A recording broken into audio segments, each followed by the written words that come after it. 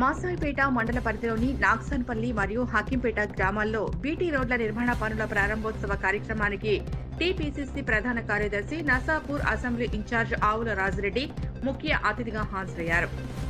ఈ రోడ్ల నిర్మాణానికి ప్రభుత్వం 2.5 కోట్ల మంజూరు చేసింది. దశాబ్దాలుగా ప్రజలు ఎదుర్కొంటున్న రవాణా సమస్యకు శాశ్వత పరిష్కారం చూపేందుకు ఈ ప్రాజెక్టును చేపట్టారు.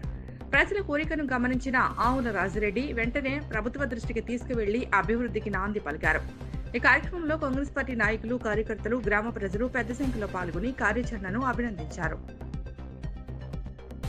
కంటే ముందు రాష్ట్ర ఆర్థిక పరిస్థితి ఏముంది, మరి 10 సంవత్సరాల బీఆర్ఎస్ పాలనలో అభివృద్ధి ఎట్లా కుంటుబడింది అనడానికి మన హకీంపేట రోడే ప్రత్యక్ష నిదర్శనం.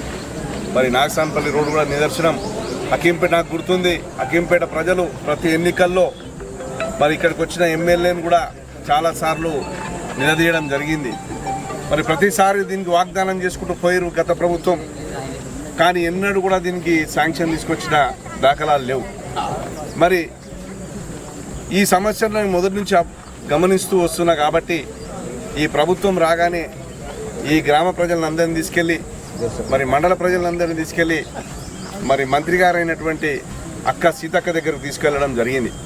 మరి అక్క సీతక్కకి ఇచ్చిన మరి రిప్రజెంటేషన్లో మనం ఈ రోడ్డును ప్రస్తావించడం జరిగింది. మరి నాగసాన్పల్లి రోడ్డును ప్రస్తావించడం జరిగింది.